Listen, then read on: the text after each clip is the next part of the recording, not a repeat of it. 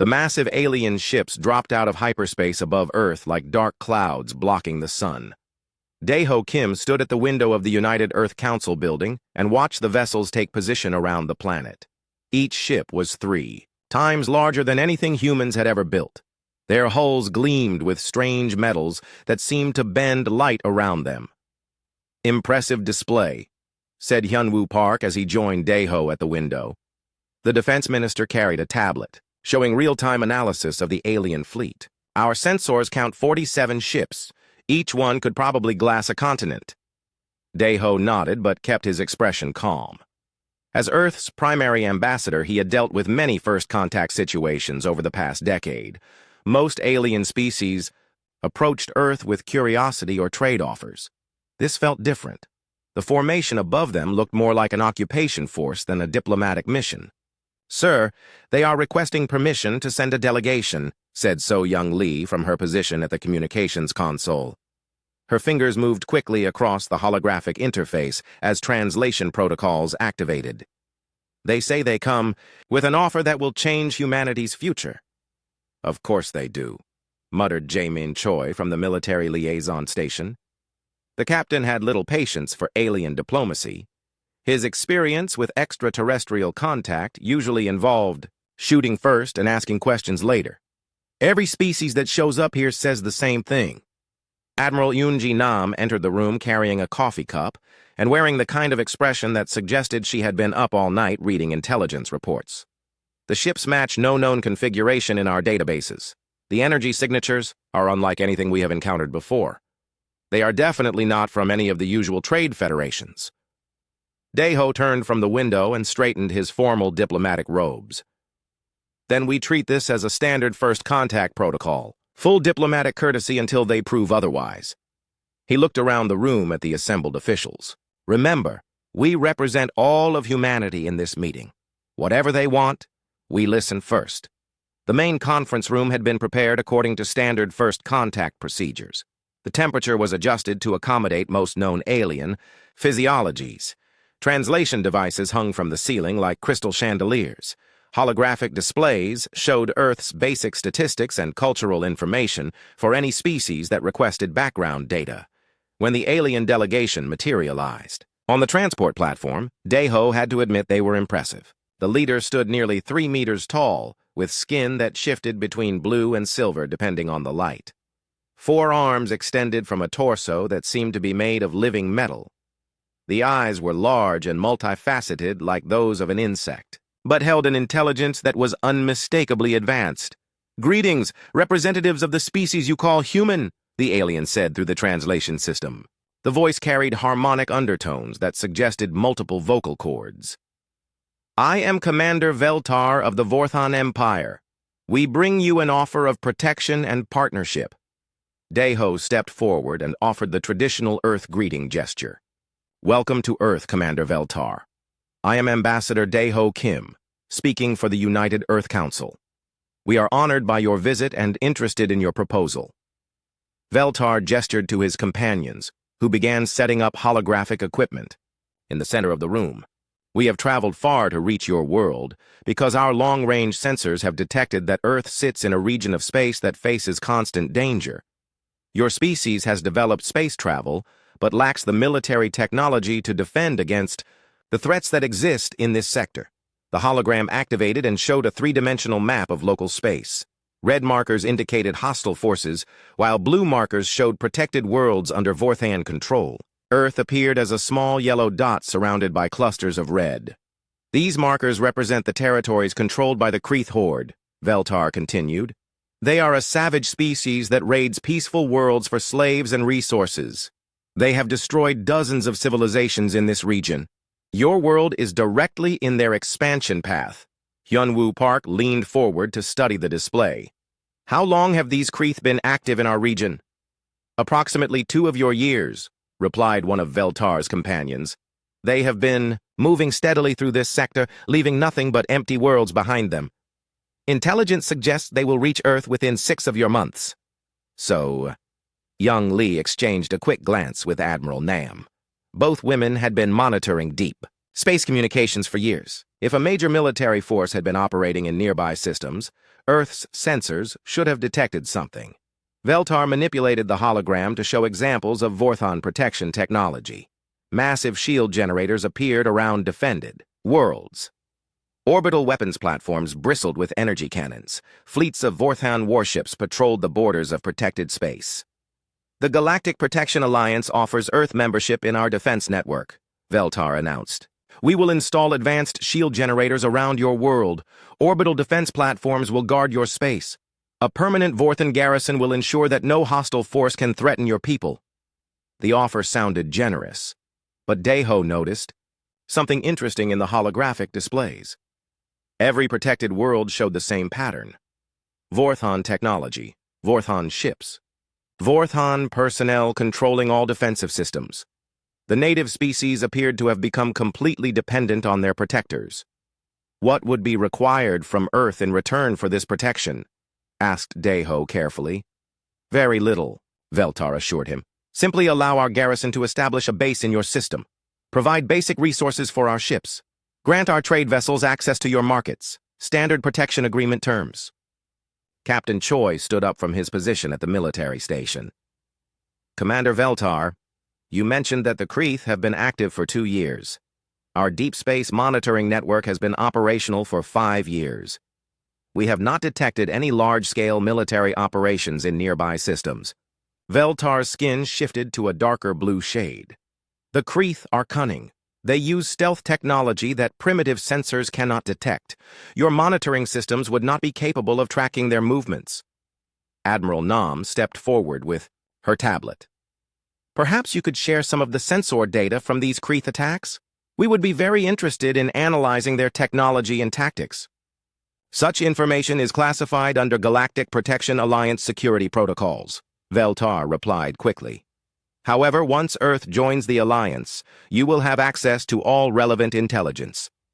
The room fell silent as the human delegation processed this response.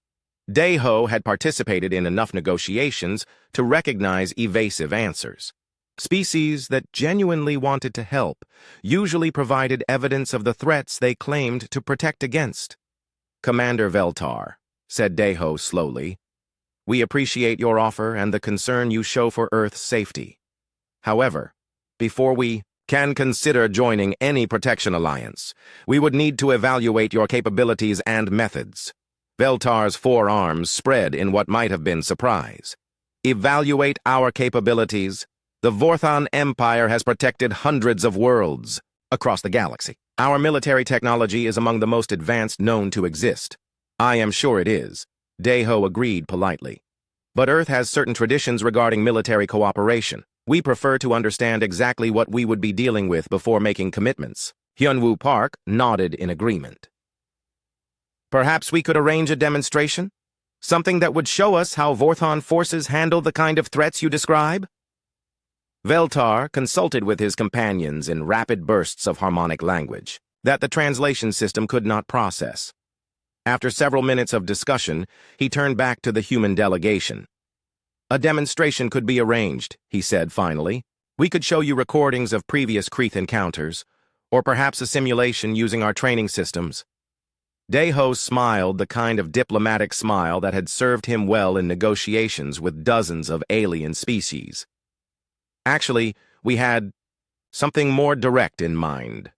We would like to request that you send your most dangerous ship to test our defensive capabilities. The silence that followed was so complete that the air recycling systems seemed loud. Veltar's skin shifted through several color phases before settling on a pale silver that suggested shock. Send our most dangerous ship, Veltar repeated slowly, to test your defenses? Ambassador Kim, I do not think you understand the scale of military force we command. Our most dangerous vessel could sterilize your entire planet.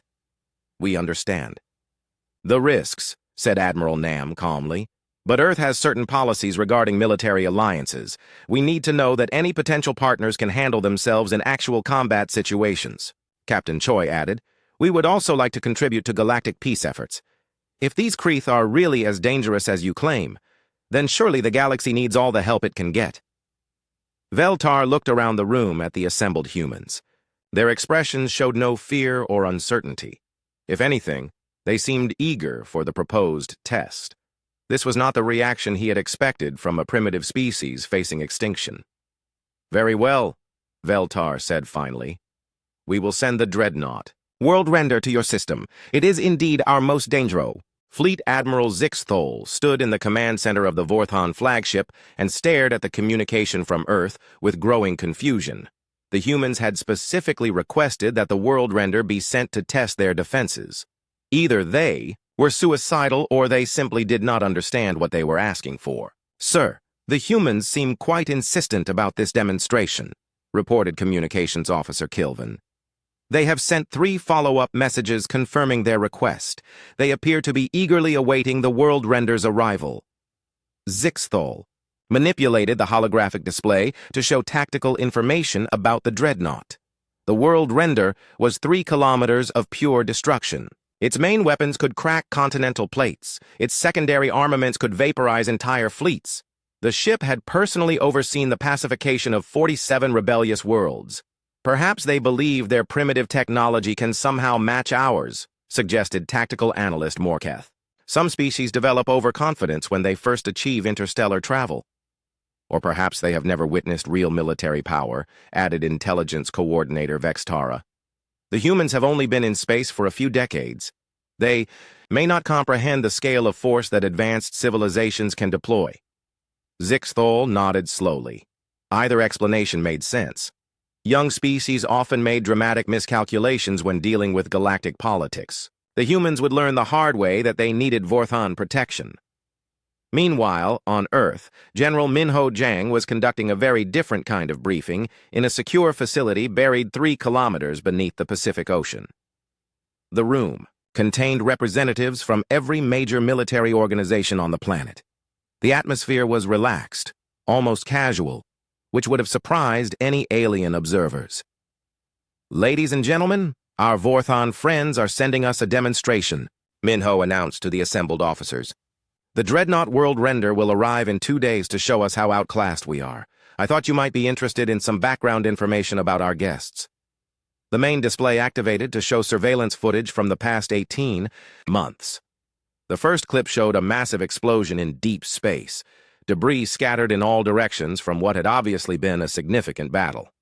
"This footage was taken 8 months ago in the Kepler 442 system," explained Intelligence Director Haiwon Yoon. "Our deep space monitoring network detected a large energy discharge. When we investigated, we found the remains of approximately 50 ships. The display zoomed in on the wreckage. The hull configurations were unlike anything in Earth's databases. Strange organic curves and crystalline structures suggested a completely alien design philosophy. Based on debris analysis, these ships belong to a species that our xenobiology teams have designated as the Kreeth," continued Haiwon. "Highly aggressive, technologically advanced, definitely not friendly. The energy signatures from their weapons systems indicate they could have posed a significant threat to Earth." Captain Yujin Kang raised her hand. "What destroyed them?" "The debris pattern suggests they were hit by something moving at relativistic speeds." Haiwon smiled. "That would be Sunghuan Bei and his cargo hauler, the Lucky Strike." The room erupted in surprised murmurs. Several officers began laughing. Commander Dongwu Lim shook his head in amazement. "Sunghuan? The guy who hauls mining equipment to the asteroid belt? He took out 50 warships?" "Let me show you the footage," said Haiwon as she activated another display. The recording came from the Lucky Strike's navigation cameras. It showed Sunghuan sitting in his pilot's chair, calmly eating a sandwich while 50 alien warships surrounded his vessel. The Kreeth were obviously trying to communicate, but Sunghuan seemed more interested in his lunch. "Translation systems indicate the Kreeth were demanding his surrender," explained Haiwon. "They probably assumed he was an easy target, single, human, unarmed cargo ship, apparently helpless." On the screen, Sunghuan finished his sandwich and finally responded to the alien demands. He activated his external speakers and said something that made several officers in the briefing room burst out laughing. "Did he really tell them to hold on while he finished eating?" asked Admiral Yunji Nam. "That's Sunghuan for you," replied General Minho. "The man has never been in a hurry for anything. Watch what happens next." The tactical display showed the Kreeth ships moving into attack formation. Energy readings spiked as they charged their weapons. Xionghuan appeared to be completely ignoring them while he cleaned up his lunch area. Then everything changed. The Lucky Strike suddenly accelerated to nearly 10% of light speed. Instead of running away, it headed directly toward the center of the Kreeth formation. The alien ships opened fire, but Xionghuan was already moving too fast for their targeting systems to track. "How did he reach those speeds?" asked Captain Choi. "Cargo haulers aren't designed for high-velocity maneuvers." Xionghuan made some modifications to his ship, explained engineer Sang-Wook Im. He replaced the standard hyperdrive with a custom gravity manipulation system. Technically, it's designed for moving asteroids, but it works pretty well for tactical acceleration too. On the screen, the Lucky Strike reached the center of the Kreeth formation and did something that violated every principle of space combat. Instead of firing weapons, Xionghuan triggered his cargo bay doors and released his entire load. "What was he carrying?" asked someone from the back of the room. "Mining charges," replied Sang-Wook with a grin. "About 50 tons of high explosive, charges designed for cracking asteroids. Each one programmed with a different trajectory and detonation time. The tactical display showed the mining charges spreading out in a perfect sphere around the Kreeth ships. The aliens tried to shoot them down, but there were too many targets moving in too many directions. Within seconds, the charges began detonating. The beauty of mining charges is that they're designed to create controlled explosions in vacuum," continued Sang-Wook. "Each one generates a directed energy pulse that can split a kilometer-wide asteroid. When you set off 50 of them simultaneously in the middle of an enemy formation, the results are quite spectacular." The footage showed the Kreeth ships being torn apart by the cascading explosions. Their shields overloaded within seconds. Their hulls cracked under the pressure waves. Several ships collided with each other as they tried to escape the kill zone. "The entire engagement lasted 14 minutes, said Haiwan. Xionghuan used his personal teleporter to evacuate the Lucky Strike just before the final detonation. The ship was completely destroyed, but it took 37 Kreeth vessels with it. "What happened to the remaining 13 ships?" asked Admiral Nam. "They tried to retreat," replied Captain Choi. "Unfortunately for them, we had 3 other cargo haulers in the system. Jinwoo Park, Kyungsoo Ryu, and Tae-Young-Oh responded to Xionghuan's distress call. The display showed 3 more human ships arriving at the battle site. The surviving Kreeth vessels were scattered and damaged, easy targets for the newcomers. What followed was less of a battle and more of a cleanup operation. Jinwoo used his ship's industrial fabricators to create a cloud of metallic debris, explained Sang-Wook. When the Kreeth tried to use their sensors, all they could detect was static. Meanwhile, Kyungsoo and Tae-Young flanked them using their mining lasers. "Mining lasers?" questioned someone. "Designed for cutting through solid rock at a distance of several kilometers," replied Sang-Wook. "They work quite well on alien hull materials, too." The footage showed the final Kreeth ships being systematically destroyed by beams of coherent light.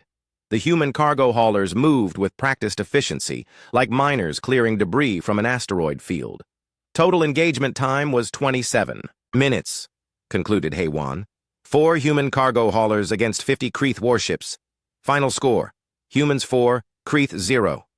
General Minho stood up as the displays deactivated. "That engagement was 8 months ago. Since then we have had 7 more encounters with Kreeth raiding parties. The results have been similar each time." "Are we certain the Vorthons don't know about these encounters?" asked Intelligence Coordinator Sujin Han. "Positive," replied Haiwan.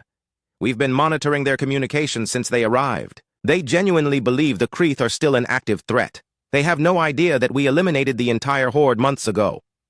"Which brings us to our current situation," said General Minho. "The Vorthons want to demonstrate their military superiority by sending their most dangerous ship to intimidate us. They expect us to be impressed by their firepower and beg for protection." Captain Yu-Jin raised her hand again. "What's our response plan?" Minho smiled. "We're going to give them exactly what they want. A demonstration of military capabilities. Captain O has volunteered to meet their dreadnought with the Persistence." Several officers began chuckling. The Persistence was officially classified as a research vessel, but everyone in the military knew its real purpose. It was Earth's test platform for experimental weapons and tactics. "Tae-Young gets to have all the fun," muttered Captain Choi. "Don't worry," replied General Minho. "If this goes according to plan, you'll all get your chance to play with alien visitors. The Vorthons are about to learn something important about human warfare." "Which is?" asked Admiral Nam. The world render dropped out of hyperspace at the edge of Earth's solar system, like a dark mountain falling from the sky. Captain Morden stood on the command bridge and studied the tactical displays with satisfaction. The dreadnought stretched, 3 kilometers from bow to stern, its hull bristling with enough firepower to sterilize a planet. 20,000 Vorthon warriors crewed the massive vessel, each one trained in the art of galactic warfare. "Long-range sensors are mapping the human defensive positions," reported Weapons Coordinator Velhak. "The planet shows minimal orbital infrastructure, a few communication satellites and some basic space stations. No significant military installations detected." Mordun nodded as he reviewed the sensor data. The humans had achieved interstellar travel, but their technology appeared primitive compared to Vorthon standards. Their largest space station was barely 200 meters long. Their most advanced ships looked like converted cargo haulers. "Sir, we are receiving a transmission from Earth," announced Communications Officer Tixara. "They are requesting our intentions and offering navigational assistance." "Standard diplomatic courtesy," replied Mordun. "Inform them that we are here for the demonstration they requested. We will maintain position at the system's edge until they are ready to proceed." The world render settled into a stable orbit around the outer gas giant while its crew conducted final preparations. This would be a simple exercise. The humans would present their best defenses, the world render would demonstrate why such defenses were inadequate, and then the humans would gratefully accept Vorthon protection. 3 hours later, Earth's response arrived. "Sir, a single ship has launched from the planet," reported sensor operator Kexmore. "It appears to be heading in our direction." Morden studied the tactical display with growing confusion. The approaching vessel was tiny compared to the world render. Barely 200 meters long with a hull configuration that suggested civilian construction. No visible weapon systems, no significant energy signatures. "Are they sending an escort?" asked Velhak. "Perhaps their main battle fleet is still preparing for departure?" "Negative," replied Kexmore. "Long-range scans show no other ships launching from Earth. This appears to be their entire response." Morden stared at the display for several long moments. Either the humans were completely insane, or they possessed some form of stealth technology that Vorthon sensors could not detect. Neither possibility seemed likely. "Sir, the human vessel is broadcasting on standard diplomatic frequencies," reported Tixara. "They are requesting permission to approach for direct communication." "Grant permission," ordered Mordun, "but maintain full defensive readiness. This could be some form of primitive attack strategy." The human ship approached slowly, following standard safety protocols for ship-to-ship meetings. As it drew closer, Vorthon sensors gathered more detailed information about its construction and capabilities. "Analysis complete," announced Technical Specialist Morkex. "The vessel appears to be a converted research platform. Hull composition suggests civilian-grade materials. Power output indicates a basic fusion reactor. Weapon systems are not detected." Morden relaxed slightly. The humans were probably sending a science vessel to observe the demonstration. It was a reasonable precaution for a species that had never witnessed advanced military technology in action. "Sir, the human captain is requesting direct communication," reported Tixara. "Establish connection," ordered Morden. The main display activated to show the bridge of the human vessel. A single woman sat in the captain's chair, wearing what appeared to be a casual uniform. Her expression was friendly and relaxed, as if she were meeting old friends rather than confronting a dreadnought. "Greetings, Captain Morden," said the human in accented but clear Vorthon. "I am Captain Tae-Young-Oh of the Earth vessel Persistence. Thank you for accepting our invitation to demonstrate your capabilities." Morden studied the human captain carefully. She showed no signs of fear or intimidation despite facing a ship that could vaporize her vessel in seconds. Either she was remarkably brave or remarkably foolish. "Captain O, I must advise you that this demonstration will involve live weapons fire," Morden warned. "Your ship should maintain a safe distance of at least 50,000 kilometers." Tae-Young smiled. "We appreciate your concern for our safety, Captain. However, we would prefer to observe from closer range. Our sensors need detailed readings of your weapon systems and tactical procedures." "Closer range would be extremely dangerous," Mordun insisted. The world render's weapons are designed to engage targets at interplanetary distances. There is no safe observation point within the combat zone. Oh, we understand the risks, replied Tae-young cheerfully. Earth Command has given us full authorization to conduct close-range observations. We have some experience with dangerous situations. Morden exchanged glances with his senior officers. The humans were either incredibly confident in their defensive technology, or they had no real understanding of the forces they were dealing with. Very well, said Morden finally. But I cannot be responsible for your safety if you choose to. Remain close during the demonstration. Completely understood, agreed Tae-young. Please proceed whenever you are ready. We are quite curious to see what a Vorthon dreadnought can do. Morden terminated the communication and turned to his weapons. Coordinator. Velhak, prepare a standard intimidation display. Begin with low-power warning shots, then escalate to demonstrate our full capabilities. Yes, sir. Charging plasma batteries to 20% power. The World Render's weapon systems came online with a deep harmonic resonance that could be felt. Throughout the ship, dozens of plasma cannons emerged from concealed positions along the hull. Targeting systems locked onto empty space near the human vessel. Firing warning shots, announced Velhak. Bolts of superheated plasma erupted from the dreadnought's cannons and streaked across space toward predetermined impact points. Each blast contained enough energy to vaporize a small asteroid. The display was intended to demonstrate precision and restraint while showcasing devastating potential. The human ship's response was unexpected. Instead of retreating to a safe distance, the Persistence moved closer to the impact points. Captain O's voice came over the communication channel with obvious excitement. Fascinating. The plasma bolts show excellent coherence at long range. Your targeting systems appear to be using some form of quantum entanglement for guidance. Captain, Mordoon, could you fire a few more shots? We're gathering some excellent data. Mordoon stared at the tactical display in disbelief. The human ship was now positioned between the world render and the impact points, close enough to be vaporized by any targeting error. Captain O, you must move your ship to a safe distance immediately, Morden ordered. The next phase of the demonstration will involve significantly more firepower. Oh, don't worry about us, replied Tae-young. The Persistence is quite maneuverable. Please continue with your demonstration. We're particularly interested in seeing your main weapons in action. Velhak looked to Mordoon for orders. Sir, if we continue the demonstration with the human ship in the target zone, there is a significant probability of accidental destruction. I am aware of that, replied Morden grimly. Perhaps that is what they want. Some species prefer honorable death to subjugation. Sir, incoming message from Earth Command, reported Tixara. They are confirming that Captain O has full authorization to observe at close range. They also say that the Persistence is equipped with appropriate safety systems. Morden made his decision. If the humans wanted to witness Vorthon firepower, at close range, he would accommodate them. Perhaps seeing their ship reduced to atomic particles would convince Earth's leaders that resistance was futile. Velhak, increase power to 50%. Target the space directly in front of the human vessel. Weapons charged and ready, sir. Fire.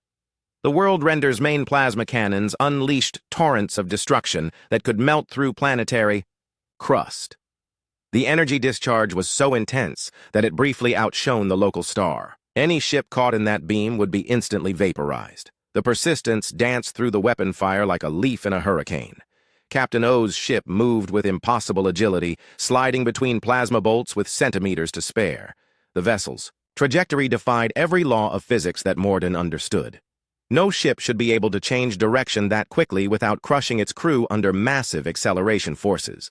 How are they doing that? Demanded Velhak. Their ship is pulling at least 50 gravities in those turns. The crew should be liquefied. Sir, the human vessel is broadcasting again, reported Tixara with obvious bewilderment. Captain O appeared. On the display, still sitting calmly in her command chair despite the fact that her ship was performing maneuvers that should have turned her into paste. Excellent shooting, Captain Morden, she said with genuine enthusiasm. Your weapons show remarkable accuracy at this range. However, I notice your targeting system has a consistent delay of approximately 0.3 seconds between lock-on and firing. That's actually quite good for weapons of this size. Morden felt a chill run down his spine. The human captain was analyzing his weapons while dodging them. She was treating a demonstration of overwhelming force as a learning exercise. Captain Morden watched in growing horror as the human ship accelerated directly toward the world render at an impossible speed. The Persistence was moving at nearly 15% of light speed and showed no signs of slowing down. At that velocity, even a ship as small as the human vessel would impact with the force of a planetary bombardment. "All weapons, concentrate fire on the approaching vessel," ordered Morden. "Maximum power, continuous barrage." The world render's entire arsenal opened. Fire simultaneously. Hundreds of plasma bolts, particle beams, and exotic energy weapons converged on the tiny human ship. The combined firepower was enough to vaporize a small fleet, yet somehow the Persistence continued its impossible approach. "Sir, our weapons are having no effect," reported Weapons Coordinator Velhak with obvious panic in his voice. "The human ship appears to be phasing through our defensive fire." Morden stared at the tactical display in disbelief. The human vessel was literally passing through solid energy beams as if they were nothing more than colored light. This violated every known law of physics and military science. "How is that possible?" demanded technical specialist Morkex. "Energy weapons cannot be simply ignored. They have to interact with matter at some level." "Sir, the human ship will impact our forward hull in 30 seconds, announced Navigation Officer Kicksnall. "Should we attempt evasive maneuvers?" Morden almost laughed at the suggestion. The world render was 3 kilometers long and massed more than a small asteroid. Evasive maneuvers were not an option for a ship of this size. "All hands brace for impact," he ordered. "Emergency power to forward shields." 20 seconds before impact, something impossible happened. The Persistence didn't bounce off the world render's shields or explode against its hull. Instead, the human ship passed through the shields as if they didn't exist and continued toward the dreadnought's armored surface. "Sir, the human vessel is somehow bypassing our defensive systems," reported Shield Coordinator Hextara. "I'm reading massive quantum fluctuations around their ship. They appear to be using some form of dimensional phasing technology. 10 seconds before impact, the Persistence began to break apart." "Sir, the human ship is fragmenting," observed Velhak with relief. "Perhaps their phasing system overloaded under the stress of our defensive fire." Mordoun felt a moment of hope. If the human ship had destroyed itself attempting this insane attack, at least the world render would survive to report back to the Vorthon fleet. Then he saw the tactical analysis of the ship's breakup pattern. "Those fragments are following controlled trajectories," whispered Morkex as he studied the sensor data. The ship didn't break apart accidentally. It was designed to separate into individual components. The Persistence had split into approximately 3,000 pieces, each one following a precisely calculated path. Some fragments headed for the world render's weapon systems. Others targeted the shield generators.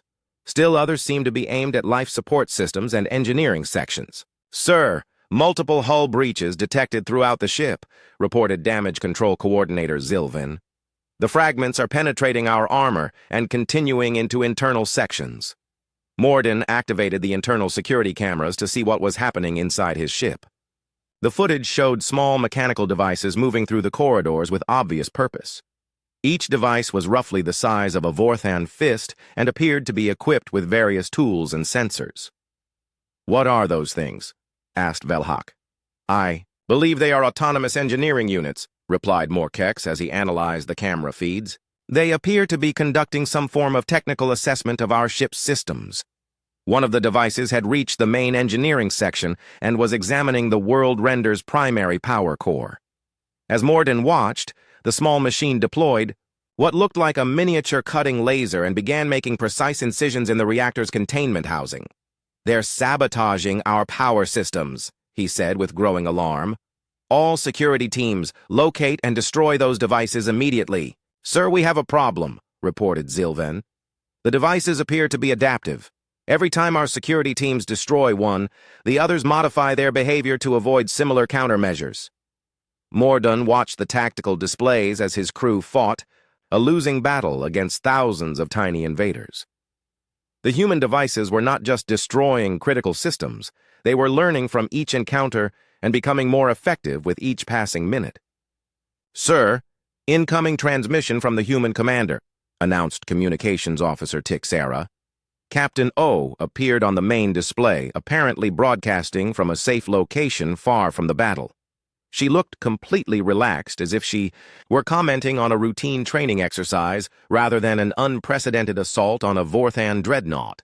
"Captain Mordun, I hope you're finding our demonstration educational," she said with obvious satisfaction.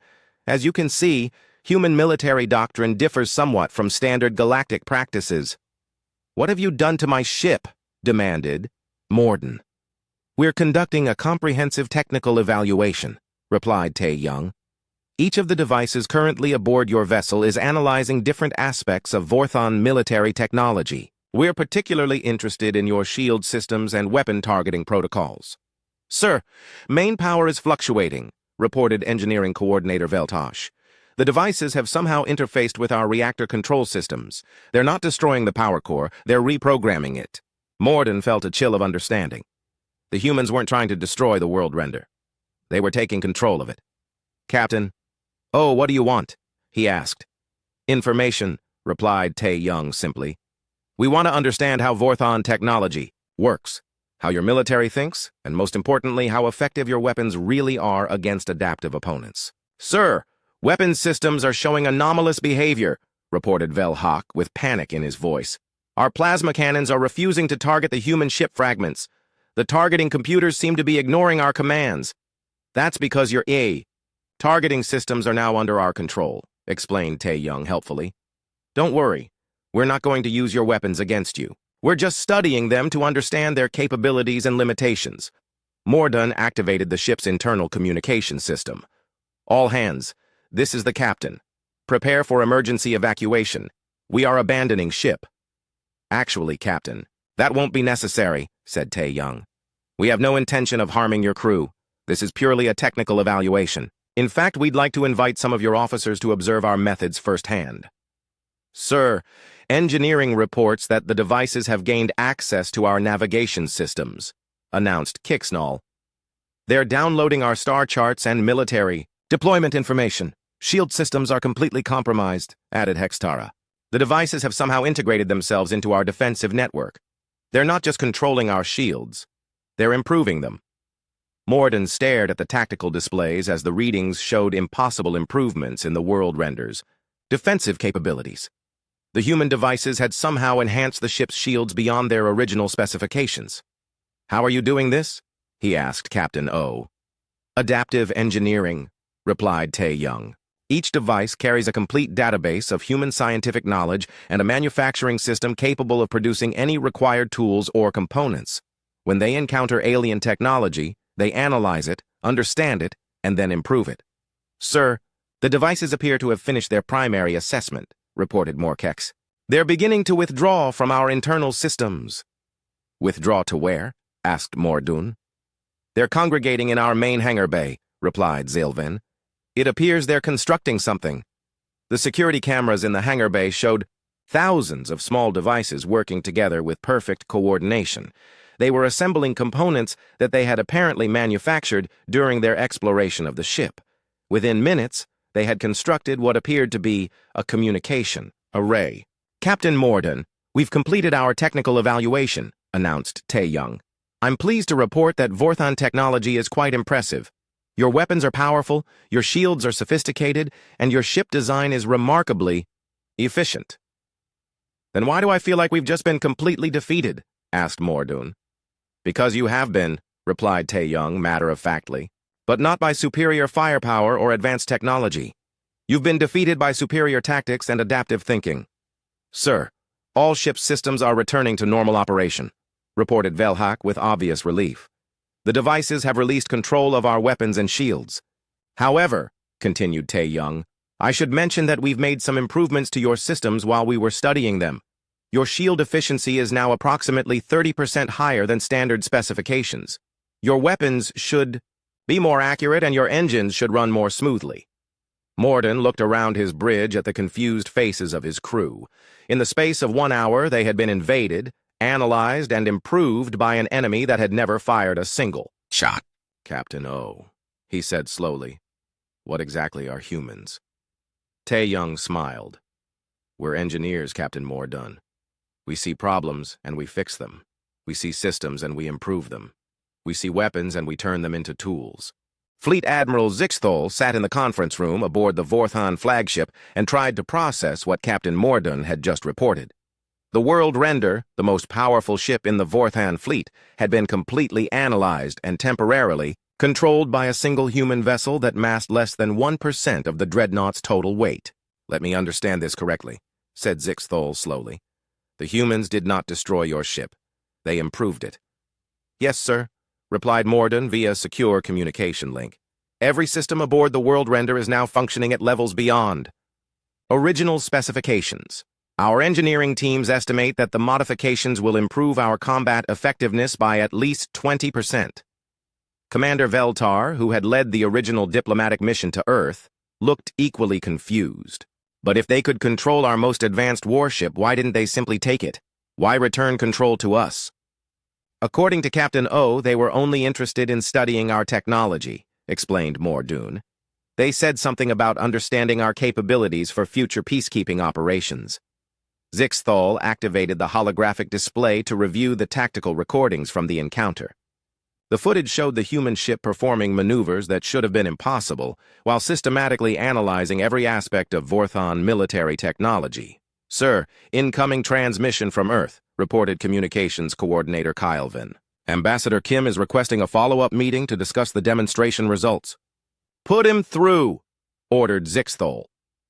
Ambassador Daeho Kim appeared on the main display, looking remarkably cheerful for someone whose planet had just humiliated the galaxy's most powerful military force.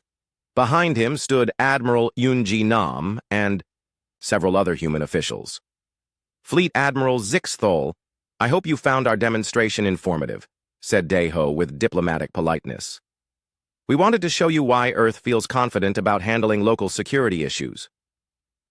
"Ambassador Kim," replied Zixthol carefully, "your demonstration was certainly unexpected. However, I must point out that sending a single ship against the World Render hardly represents a realistic military scenario." Admiral Nam stepped forward. "You're absolutely right, Fleet Admiral. A realistic scenario would involve multiple threats, requiring simultaneous response. Perhaps we should show you how we handle larger problems." She activated a holographic display that showed star charts of the local galactic region. Red markers indicated the locations of recent Kreeth raids according to Vorthon intelligence. Blue markers showed human cargo routes through the same areas. "These are the Kreeth territories you warned us about," said Nam. "We've been operating in this region for over 2 years without significant problems." "That's impossible," protested Veltar. "The Kreeth have destroyed dozens of civilizations. They should have attacked your cargo ships immediately." "Oh, they did," replied Nam with a slight smile. "Let me show you what happened." The display activated to show combat footage from multiple engagements. Kreeth raiding fleets attacking human cargo haulers. The battles were brief and one-sided, but not in the way Zixthol expected. "This footage shows our first encounter with the Kreeth 8 months ago," explained Nam. 50 Kreeth warships versus 4 human cargo haulers. Total engagement time was 27 minutes. The recordings showed human ships using tactics that defied every principle of military science. Cargo vessels ramming enemy ships at relativistic speeds, industrial equipment being used as weapons, mining charges deployed as guided missiles. "How many human ships were lost in these engagements?" asked Zixthol. "Technically all of them," replied Nam. "Human military doctrine involves using our ships as weapons when necessary. We design everything to be expendable." "Then how do your crews survive?" "Personal teleportation devices," explained General Minho Jang as he joined the conversation. "Every human in space carries quantum tunneling equipment. When we sacrifice a ship, the crew evacuates to predetermined safe locations." Zixthol stared at the human officials with growing understanding. "You've been systematically destroying the Kreeth forces while pretending to be harmless cargo haulers." "Not just the Kreeth," corrected Intelligence Director Haiwan Yoon as she activated additional displays. "We've encountered 17 different hostile species in this sector over the past 2 years. Most of them made the same mistake as the Kreeth." The new displays showed star charts marking former pirate bases, slave trading stations, and raiding fleet strongholds. Every location was marked as inactive or destroyed. "What happened to all these threats?" asked Veltar. "They met human cargo haulers," replied Haiwan simply. "Apparently, attacking ships full of mining equipment and industrial tools is not a good strategy for long-term survival. But your ships are unarmed civilian vessels, protested Commander Veltar. All human. Ships are civilian vessels, explained Captain Jamin Choi. We don't build dedicated warships because we don't need them. Any human ship can become a weapon if the situation requires it. President Kyung-Soo Ryu stepped into view and addressed the Vorthon delegation directly.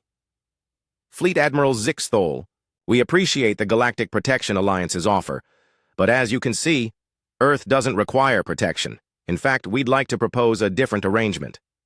What kind of arrangement? Asked Zixthol cautiously. We'd like to join the Alliance as peacekeepers, replied Kyung-Soo.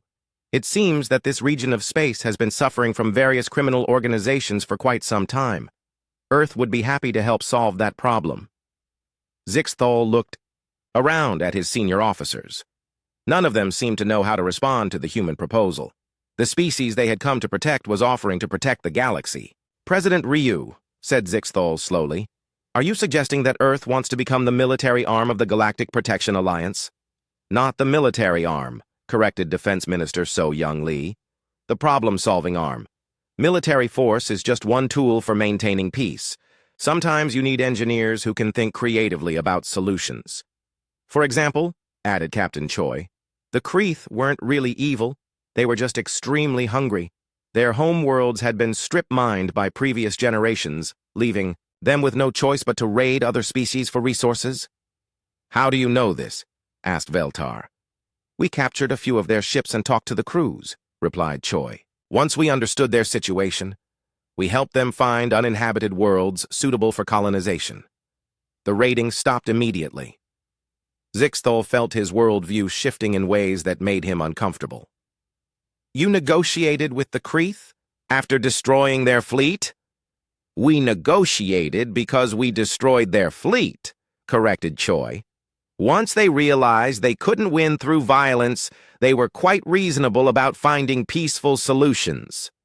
What about the other hostile species you mentioned? Asked Commander Veltar. Similar stories, replied Haewon.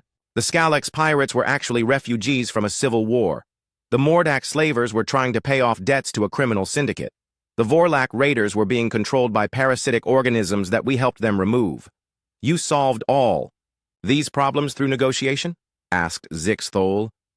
After demonstrating that violent solutions wouldn't work in their favor, clarified Admiral Nam. Most species become remarkably cooperative once they realize that humans can turn any encounter into a learning experience. General Minho stepped forward with a serious expression. Fleet Admiral, Earth has a proposal for the Galactic Protection Alliance. Instead of protecting individual worlds through military occupation, we suggest a different approach. Which is? Mobile problem-solving teams, explained Minho. Small groups of humans with appropriate equipment who can respond to threats quickly and efficiently. We don't need permanent bases or large fleets. Just give us transportation, and we can handle any situation that arises. Zixthol considered the proposal carefully. The humans had demonstrated that they could disable the Alliance's most powerful warship without causing permanent damage. They had eliminated every major threat in this sector without anyone realizing it, and they were offering to do the same thing for the entire galaxy. What would Earth require in return for this service? He asked. Access to galactic databases and communication networks, replied President Ryu. We want to learn about other species and their technologies. Knowledge sharing benefits everyone, and permission to continue our exploration programs, added Ambassador Daeho. Humans are naturally curious about the universe. We'd like to see more of it. That's all? Asked Zixthol. No territorial claims, no tribute requirements, no political control over protected worlds? Why would we want any of those things? Asked Kyung-Soo with genuine confusion. Controlling other species would just create more problems to solve. We prefer cooperative relationships. Zixthol looked around the conference room at his bewildered officers. Everything they thought they knew about galactic politics had just been turned upside down. A species powerful enough to defeat the Alliance's greatest warship was offering to work for them without demanding anything in return except knowledge and exploration opportunities. I will need to consult with the Alliance Council, he said, finally. This proposal represents a significant change in our operational procedures. Of course, agreed Daeho.